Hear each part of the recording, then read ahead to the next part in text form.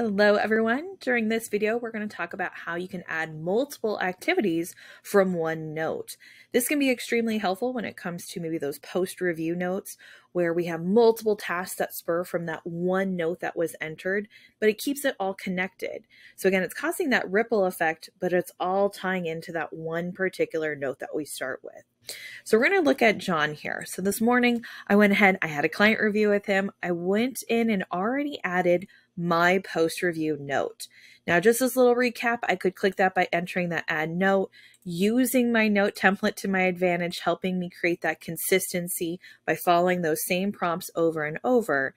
Now, you could definitely add one follow-up activity from this little checkbox. But again, what if? What if I had multiple activities that all stemmed from this one particular note? So for example, what if I find out that they moved and I need to have an address change update? I don't simply come over here and add this address, delete it, update it. No, there's many things I may go in here and need to do. There may be other systems that I need to update.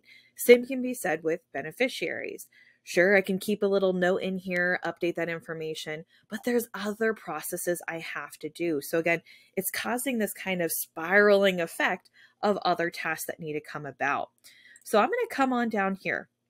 Right now, I have nothing attached to this note, but if I come to this Actions tab right here, you're going to see this option to create a follow-up activity. Now, when you do it this way, it will immediately pop up that familiar create activity. This is also where I'm going to encourage using your activity templates to your advantage. So again, I'm going to pull that exact example I had said earlier. What if they moved? Again, I need to update that information. Now, my activity template went ahead and pre-filled all this information. I'm going to create that activity, let it go. Again, let Redtail think for a second here, and you're going to see there's that activity linked right there.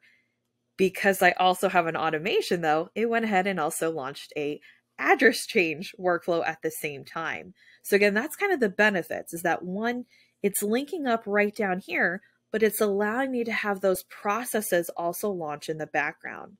Now, again, I also had a Benny change. So I'm going to come in here, do the same process, click Actions, create follow-up activity, and I'm going to use again another template to my advantage, come in here, create my activity. Again, a lot of wash, rinse, repeat, but a couple things are going to happen here. Again, another workflow went ahead and launched for me, but now I see two linked activities. If I click on this, I'll see the two that are there. Now, why is this again so useful? One, it's because again, when I look at this note, I see that I have two follow-up activities involved in here. But more importantly, if I came in here and was like, ooh, reverse scenario, I start with the activity, I'm sitting here going, where the heck did this come from? It's coming back again to that note. So it's creating this kind of like full circle here. I start with a note, create my activity, creates my workflow, all links back to John in this instance here. So again, we're trying to build that history, but we're trying to keep it so that way it's all connected and streamlined for our advantage. But it really is as simple as hitting that actions, create that follow-up, and then using hopefully those templates to your advantage and having them all linked into one particular note. Thanks for watching, and again, we'll see you next time.